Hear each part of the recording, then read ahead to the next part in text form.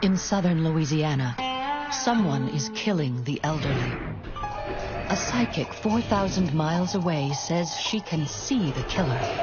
I saw that he was wearing gloves and that he was very anxious, and he was looking for a way to get in. They knew they were getting beaten, and they knew they were going to die. It was horrific, the manner in which he beat and killed human beings. There was a lot of fear going around a community that a lot of people thought they might be the next victim. Can a psychic's paranormal insights help police stop a psychopath before he kills again?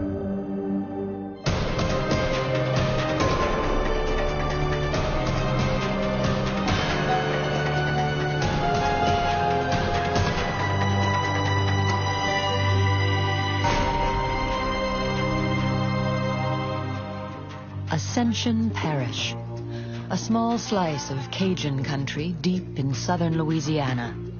Within the parish, the small city of Gonzalez, a peaceful community of friends and neighbors that prides itself on being the jambalaya capital of the world.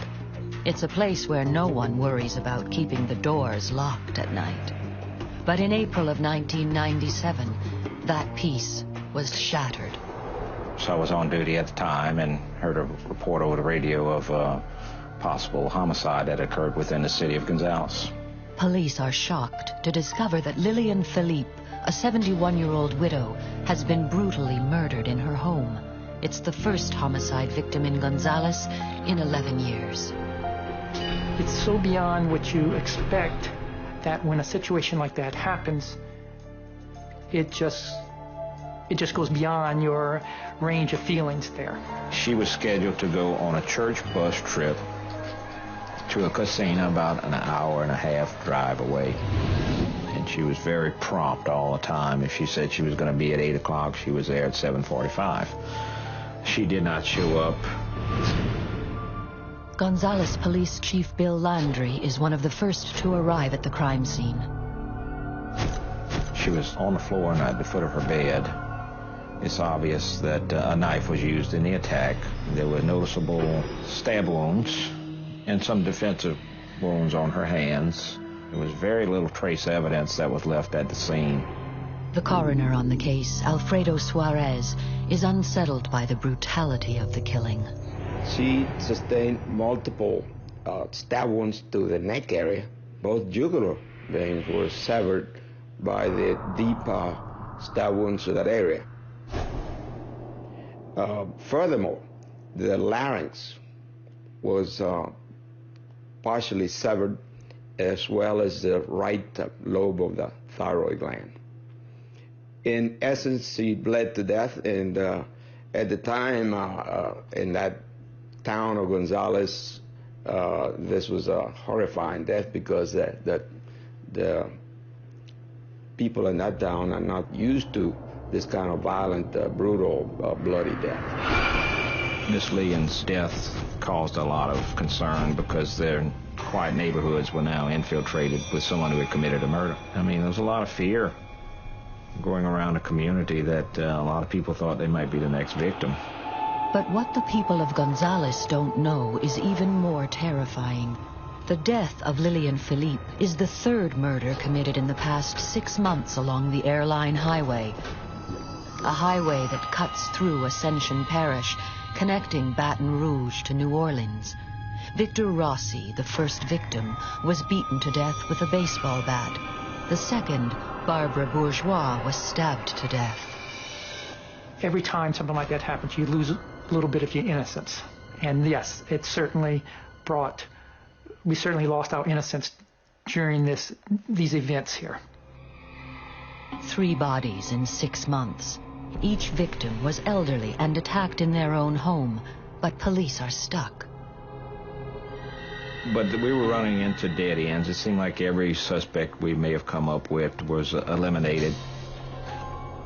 Then Chief Landry receives a telephone call that will alter the course of the investigation. I had received a call from a high school classmate of mine, Marcia. Marcia lives in Honolulu, Hawaii. She is the niece of Lillian Philippe.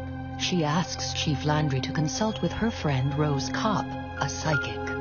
it was suggested to him that I might be able to help. Marcia had some concerns because they didn't know if the possibility if it was just a group of friends, the families that were friends together. They didn't know who was a target. She was concerned for the welfare of her family and just the welfare of Miss Lee, and to want to know if we were able to detect who had committed the crime. Frustrated with the case, Chief Landry is willing to try anything, even a psychic.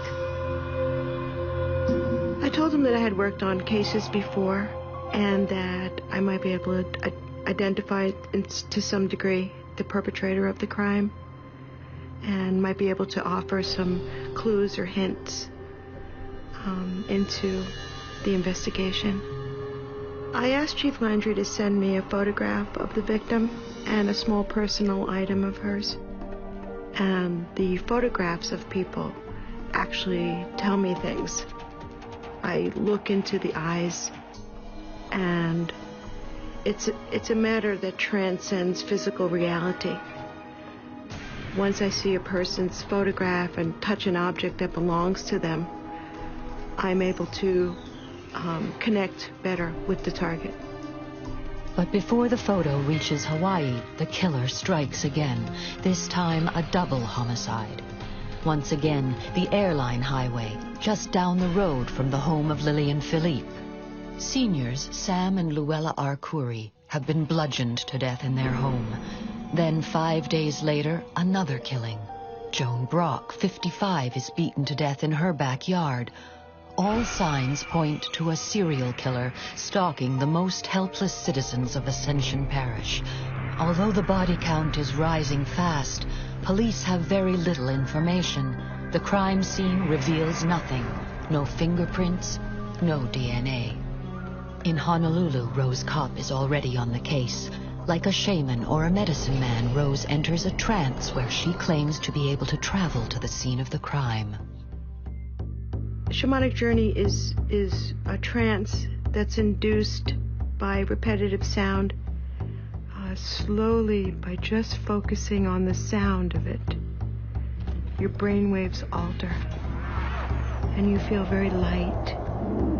So I move out of body, flew over Diamond Head, over the Pacific Ocean. My intention was to go to Miss Lillian's house. I flew over California, Texas, I went to Louisiana, and I ended up standing in the carport. And I turned around and I looked over my right shoulder, and there was so much blood all over the place. What Rose Kopp sees is shocking, but is it enough to find Lillian Philippe's killer? It's 1997, and the sleepy southern town of Gonzalez, Louisiana has been rocked by the brutal murder of 71-year-old widow Lillian Philippe. It just goes beyond your range of feeling. Gonzalez Police Chief Bill Landry has connected the killing to 5 others in the area. I mean, there was a lot of fear going around the community that a lot of people thought they might be the next victim. And you had to really keep everybody happy and make sure that they saw patrol cars and they saw officers around. And so it was the assurance that we had to give as a law enforcement community, had to give the public to know that they could still be safe in a community that was stricken with a serial murderer. Police have few clues, but Chief Landry has made a connection of the most unusual kind. Rose Kopp, a psychic thousands of miles away in Hawaii, claims to be able to see the killer. I saw that he was wearing gloves, and his hands were in fists, and so I got the kinesthetic impression that he was very anxious, and he was looking for a way to get in. Gloves would explain the lack of fingerprints found at the crime scene. I saw him as a Caucasian male, and about 5'9", and he had brown hair. He was very strong. So he went around to the side of the house, and I saw him move a wrought iron chair from the porch area and move that on top of the air conditioning vent and then stand up on it. And then it stopped. My vision stopped. And the first thing she told me was that he placed a chair on top of an air conditioning unit and actually climbed onto the roof of the home. Chief Landry is stunned by what Rose tells him. There is no way she could have known about that chair. Entrance was apparently gained through a vent through the roof of the house, and then ultimately entered the residence through attic stairs.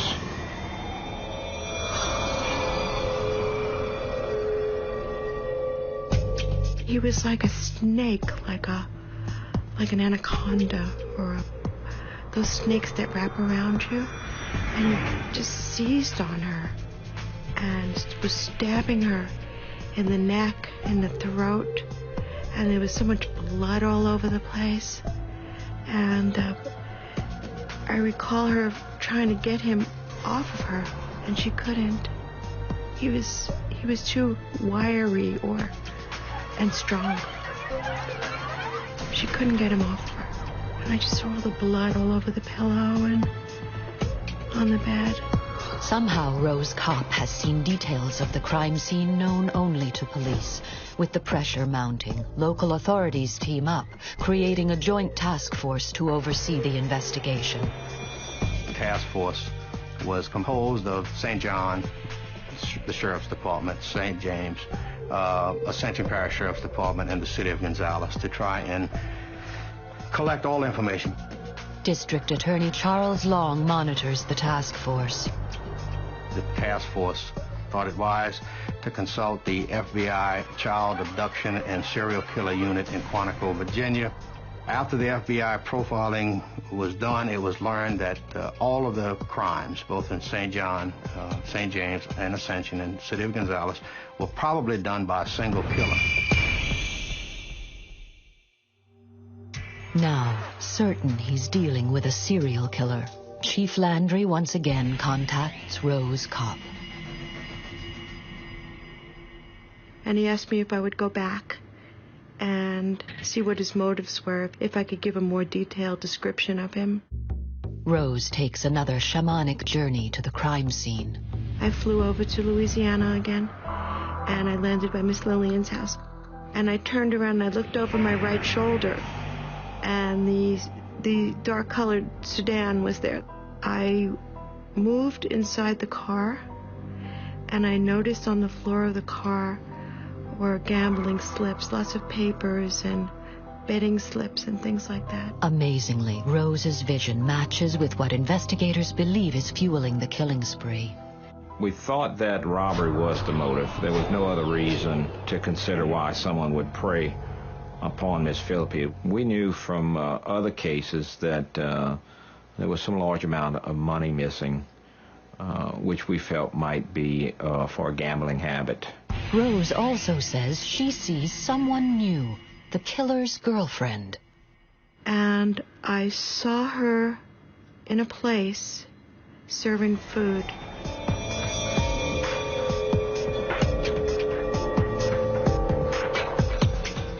So I realized she was a waitress, so I looked to see her name tag. And I wasn't sure if it was Brandy or Cindy or Candy. And then I wanted to know where the restaurant was where she worked. So I looked out the window. I'm invisible all this time, and I looked out the window, and I saw a fairly large building. And I smelled blood. And then suddenly I saw a severed cow's head. And it shocked me so badly that I came back immediately into my body. I was back in my living room. I don't even recall traveling back. It's a bizarre psychic vision that transcends space and time, but it makes sense to Chief Landry. Right off the top of my head, I knew exactly what she was talking about. It was a slaughterhouse. It was a regional slaughterhouse for cattle. And they had a big cow that stood up on top of a sign. The slaughterhouse Rose can see was torn down years ago. I mean, I got officers who didn't know that that sign existed at one time or another. I do remember it because as a kid I remember the slaughterhouse, and when she said, "I see a cow on a sign," it was right off the top of my head. I knew exactly what she was talking about. But it's the psychic's final vision that will blow the case wide open.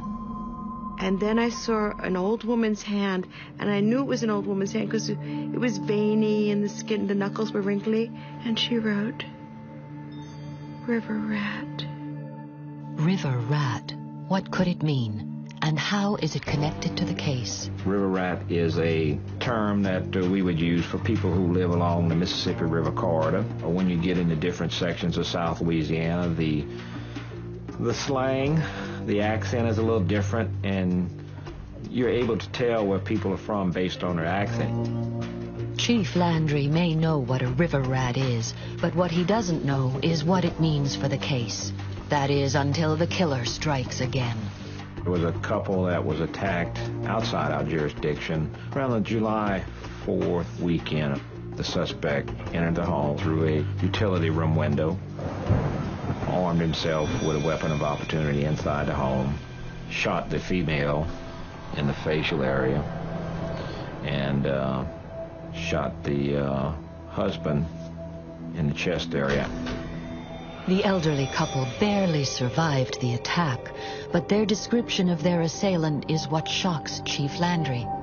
And they asked Miss Joyce if she had any description of the suspect, and she wrote on a piece of paper, "River Rat." Gonzalez police now know they are hunting for a river rat, but can they catch him before he strikes again? There was something going on besides robbery. He woke them up in the middle of the night. They knew they were getting beaten, and they knew they were going to die.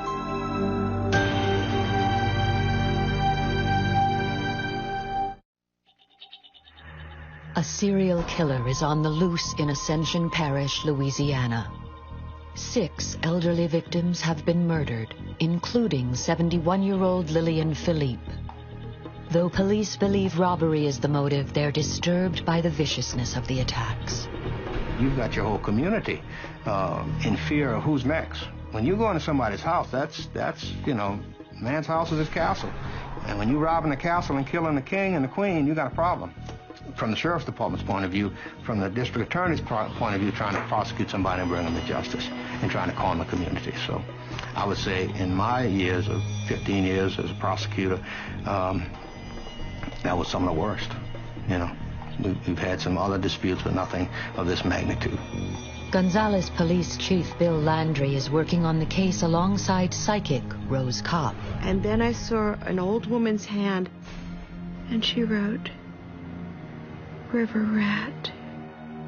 The latest victim has survived the killer's assault. She gives police a physical description of her attacker and also describes him as a river rat, slang for people who live along the Mississippi corridor. Now, using the FBI profile and the victim's description, police create a composite of the suspect and release it to the public. Again, Chief Landry is struck by the accuracy of the psychic's visions. The description Rose had given me was very, very close in the physical features to the composite we ultimately got. Only 5 days after the composite is released, there's a major break in the case. There was someone who came forward to say, "Look, I know this guy. He's been spending a lot of money in a casino." The witness identifies a resident of Gonzalez, a man named Daniel Blank.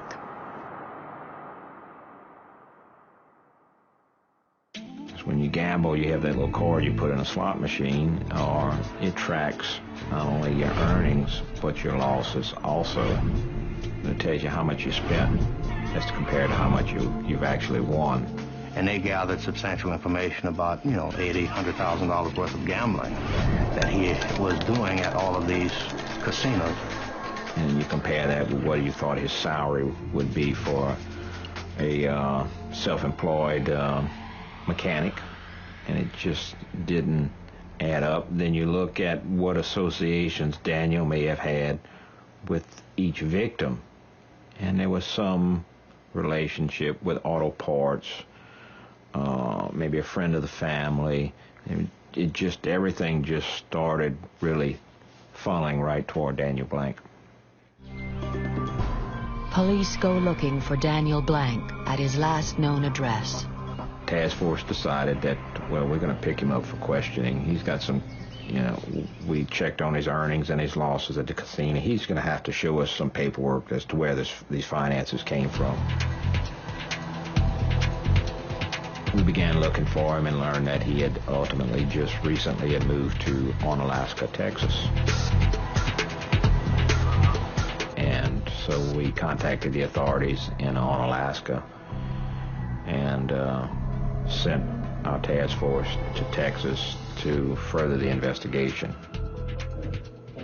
In Onalaska, Texas, investigators find Daniel Blank and question him about the murders. It was a very long interview. I think it was approximately a 12-hour interview.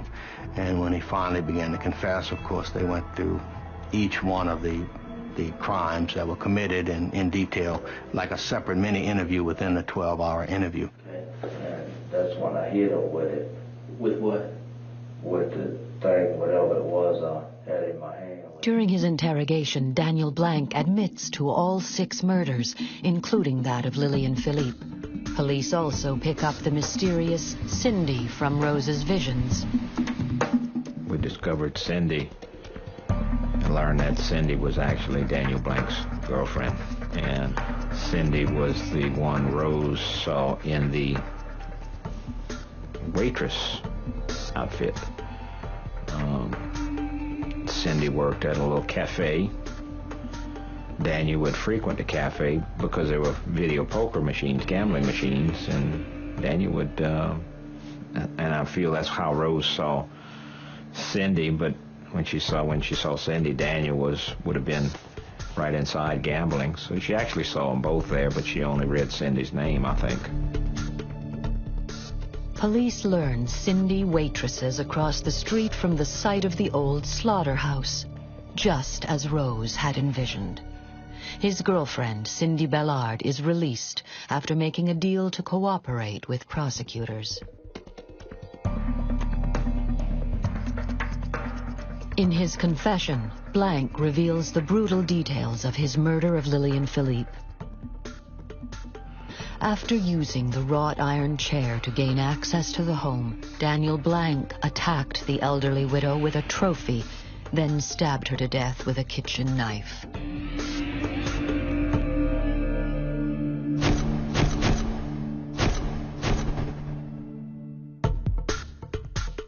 Daniel Blank, in his confession, indicated he stole approximately $100 from Miss Lillian Philippe's house.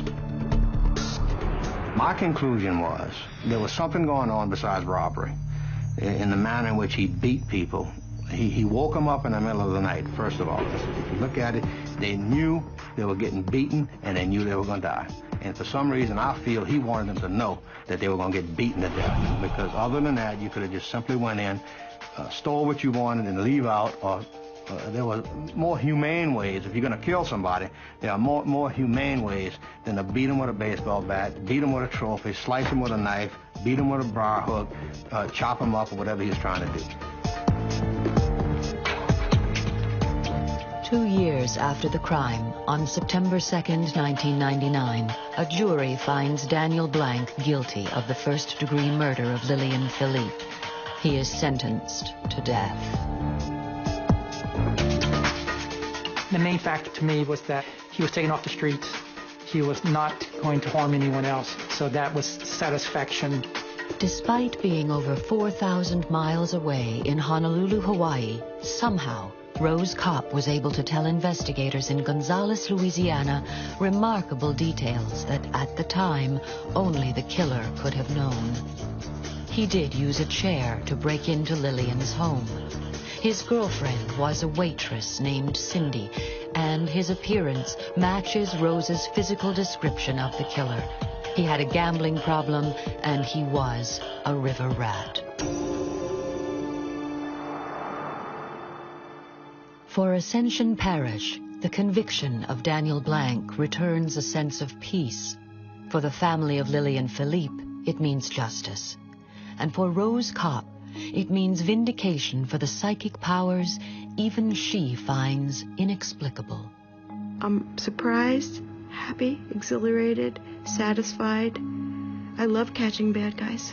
Not to say that Rose had everything signed, sealed, and delivered, but I think Rose's journeys did aid us to ultimately get the right guy.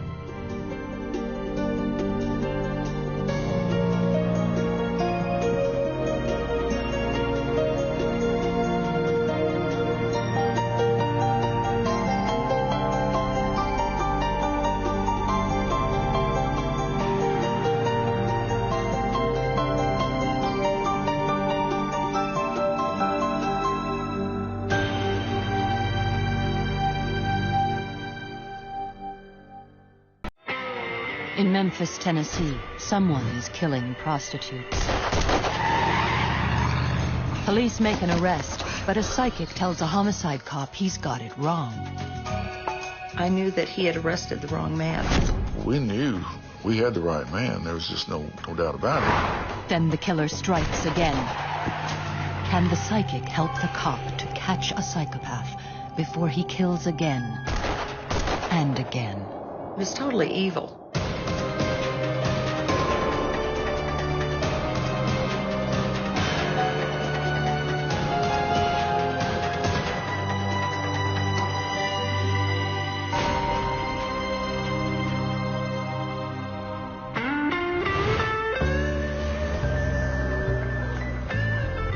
Perched on the banks of the Mississippi and home to the blues and rock and roll, where Elvis lived and died. Memphis, Tennessee is one of the most famous cities in America. Memphis is like the capital of the Mid-South. It's completely different from the rest of the state. We have the river. We have the blues. But Memphis is also one of the most dangerous cities in America. It's a city with a long tradition of crime and violence. Memphis was always known as a fairly violent river town. In fact, during one period of time in the 20s, Memphis was one of the most violent cities in the United States. Anywhere from homicides to assaults to prostitution to working the street. There was a lot of drugs. There are parts of South Memphis that you don't want to go. August 15th, 1988. 25-year-old Sharon Denise Moore is working the street in the notorious South Memphis red light district. But her last trick turns deadly. She is shot at point-blank range with a .32 caliber handgun. It's the 95th murder in Memphis that year. It doesn't take homicide detectives long to line up a prime suspect. 2 witnesses finger a man named Larry Ward. They had canvassed the area and sent some people back out to where he had been, and actually had statements from 2 witnesses who basically tied him to the victim prior to her death. And he left with her and came back by himself and had a pistol. Cops soon track Ward down and corner him close to the scene of the crime. After a brief chase, he is quickly arrested. They felt that they had a pretty good case on him, and that's the reason he was charged. The very next day, however, the routine homicide takes a bizarre twist. Carol Pate, a psychic visiting Memphis on vacation, has an unexpected and disturbing vision about the murder, even though that murder has not been made public. I got a vision, intuitive knowledge, if you will, that there was a serial murderer on the loose in Memphis. Hi, I'm looking for Captain... She immediately calls Captain Ken East of the homicide squad. A lot of police departments really don't like to get involved with psychics, but I've always been open-minded. I told him that I had this vision of this serial murderer and that he was stalking and pursuing prostitutes and shooting them. And I told him I had references with other police departments, and if he felt that what I was giving him was important, I'd like to meet with him. There's no reason not to respond to her as long as she seemed like she was on the up and up. Carol Pate uses a technique known as psychometry. to connect with her paranormal subjects. An actual photograph of a crime scene contains the signature frequency of both the victim and the murderer. When she touches it, she says she can tune in like a radio to receive information. I can then go into the past, present, future. He showed me some photographs, crime scene photographs, and I began to get some information. Number one was I knew that he had arrested the wrong man. The wrong man. Is it possible Larry Ward is not the killer? Or has the psychic made a mistake? The witnesses had said that he was in there bragging about shooting the girl. So we knew we had the right man. There was just no doubt about it. It didn't really make a lot of sense to him. Nothing to back up the information that I had. And I told her I appreciated it, and if we had anything come up, I'd call her. I felt like I would hear from him again. Ken East ignores the psychic's strange visions.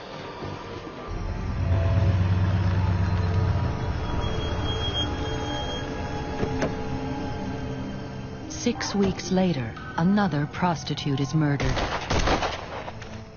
She's shot with the same type of gun as the first victim. Police immediately suspect Larry Ward, who had been released on bail until his trial. He'd been out for 3 days, so we picked him up again. But the cops are wrong. Ward surprises them with a solid alibi. At the time of the second murder, he was in a restaurant miles away. A dozen witnesses back up his story. It doesn't make sense because here you've got him so well on the first one and with witnesses, and so we go back to those same witnesses and re-interview them and offer them a polygraph, and it turns out they were mad at him and they lied on him. Ken East's open and shut case is suddenly blown wide open. We were at the dead end. It was block 1, start all over. Carol Pate was right after all. So I picked up the phone, called her, and I said, well, our case kind of fell through. It was in fact true that he had the wrong man. 2 murders, and Memphis homicide has no suspects. Now Carol Pate makes a chilling prediction. This was a serial murder. This was not going to be 1 or 2. It was going to be more. This time, will the police listen? In South Memphis, 2 prostitutes have been shot dead. Police arrest a suspect, Larry Ward. But psychic Carol Pate tells a homicide detective he's made a mistake. Further investigation proves she's right. It was in fact true that he had the wrong man in custody. Now, desperate to catch a killer who had already struck twice, and with nothing to lose, Captain Ken East reconnects with the psychic. He wanted to know if I would be willing to come to Memphis to go to a crime scene. I said, sure, if that'll help. Okay, great. Even so, Ken East decides to keep his meeting and his relationship with Carol a secret. Some of the investigators that were working on the case, they work hard on it, and if they think that I'm having them follow up on leads from that's given to me by psychic, they're not going to be happy about it. Ken and Carol meet at the scene of the second murder. 28-year-old Laria Ann DeBerry had been shot twice. The bullets confirm she had been shot with the same gun as Sharon Moore. But who pulled the trigger? Can the psychic help the detective? Okay. I asked for a photograph of the actual body at the crime scene. And I used that along with the energy of the location where the body had been found. It's right in through here. So that I could then get the energy of the murderer. I was able to see the murderer, to describe the murderer. I saw an Afro-American man in his early 40s. He had a goatee. He had more refined features. Wiry build, 5'8", 5'9". Ken East takes notes on everything the psychic says. That's a lot of description from anybody, even a witness. Now Carol Pate's insights take her inside the mind of a killer. This man is a multiple personality. But the murdering personality is named Al. She doesn't know if that's what part of the name that is, but that's Al. She's coming up with that. Carol sees two opposite personalities in the killer. I got a shy personality, the true personality. But Al was a very strong, violent, evil personality. Al wants to take over. Carol's vision of Al is chilling. He is compelled to kill.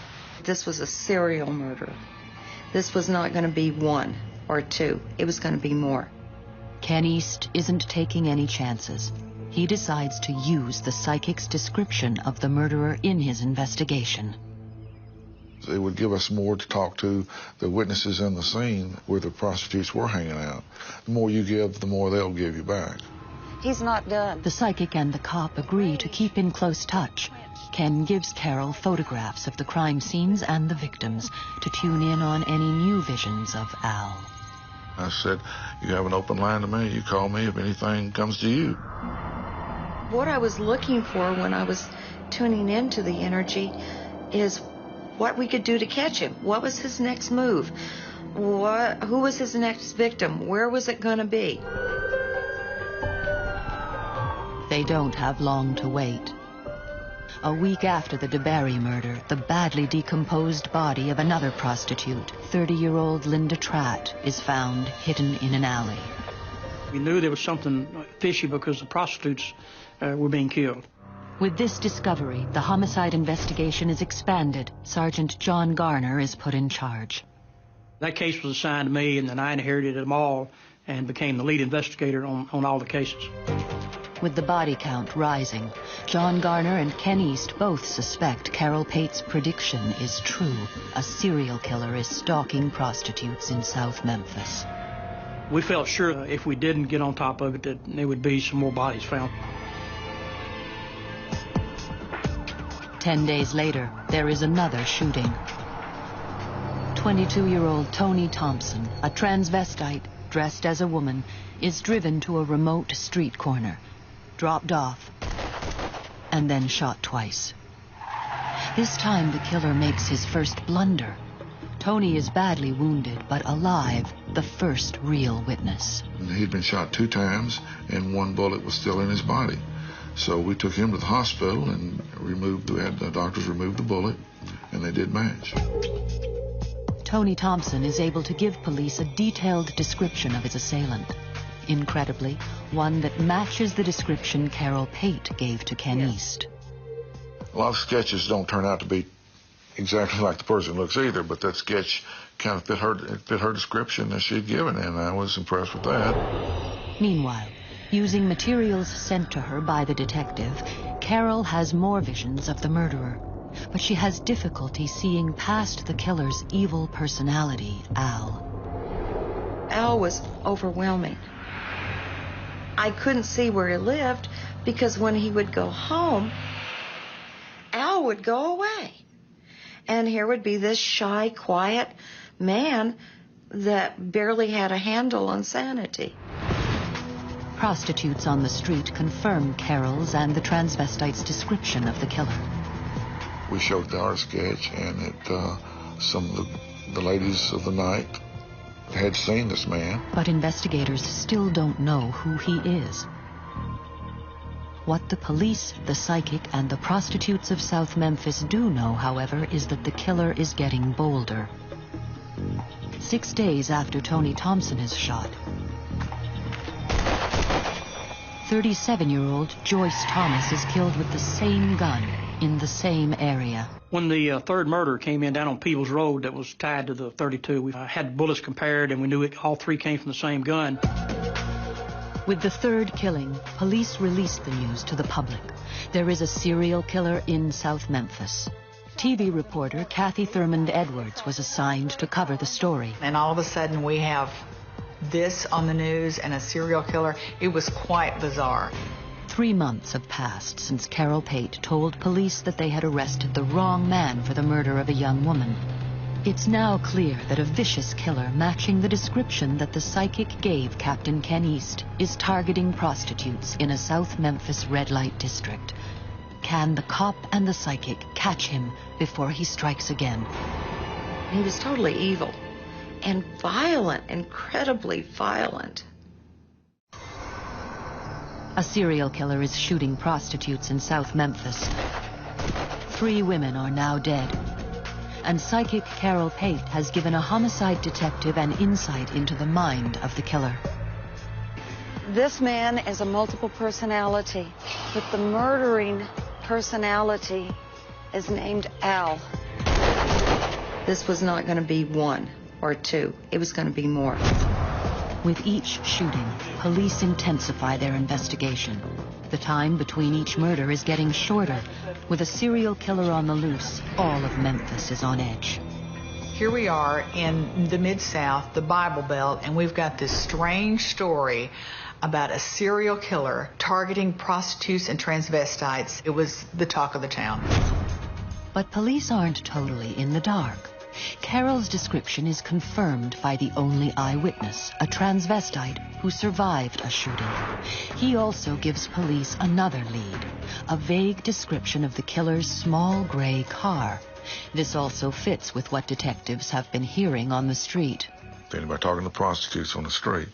Have you had any trouble? And yeah, I had trouble with a male black, and he was driving a gray car. And So we knew we'd kind of narrowed down to the small gray car point. Back at her home, Carol has another psychic vision. Hi, this is Carol Pate. The psychic calls Captain Ken East with new information. She feels that the killer is about to murder again, but there is a twist. I saw into the future that his next victim was going to be at a stone church in that area where the other murders had occurred. I didn't think we could stop the murder, but I knew that he could be captured because of the stone church. we have several that fit that description, and they were downtown area. We passed this information on to the Uniform Patrol and Vice Squad and told them to be on the lookout. Armed with the information, police step up patrols in the area. But despite that increased presence, the very next night the killer strikes again. He shoots another transvestite, 30-year-old Mark Eric Lewis, near the Claiborne Temple, the oldest and biggest stone church in Memphis, just as the psychic had predicted. But again, he only wounds his victim, and Lewis is able to run for his life and call for help. The next day, Lewis relives his ordeal to reporter Kathy Thurmond Edwards. All I could see was fire. And I said, "Oh, you shot me." He said, "Shut up." And I went to reach and grab him. I remember pushing him, because I pushed him, he fell back. That's how I got the second shot hit me in the neck. Finally, police get a big break. An officer in the area spotted a small gray car leaving the scene of the crime. Lieutenant Ralph Robiot, who was a night detective lieutenant, was en route to the scene of where Lewis was shot, and he saw a small gray car in the area and just jotted down the tag number. We came into work that morning at 8 o'clock. He was getting off. He came by homicide and said, "I saw this last night. It may be of help, may not." And we ran the license number and found out that it belonged to James Barnes. James Barnes is a 44-year-old delivery man who lives and works in South Memphis. So we go to their house and talk to his wife, Diane, and she said that her husband's been driving the car and been going out at night and that kind of thing. And so we still didn't have as much evidence as we really liked, so we decided to set up a surveillance on him. The theory was that if he leaves the house, goes to a prostitute area to pick a prostitute up, take him down in hopes of finding the weapon. If you don't have the weapon, at least we can talk to him and maybe get him to confess to it, basically. The very next night, James Barnes drives back into the red light district of South Memphis. Homicide detectives follow him closely. And what we're trying to do is follow him to the crime scene areas in that area part of town. And he did, in fact, go there. Well, they tried to stop him at that point because we didn't want anybody else to get hurt. He stopped in front of the Lorraine Motel, the site of Martin Luther King's assassination 20 years earlier. Barnes tries to escape, but detectives are right behind him. Finally, he's cornered, and police arrest James Barnes. At daylight, the investigating detectives went back out on the scene and did find a gun, and it was a .32 caliber.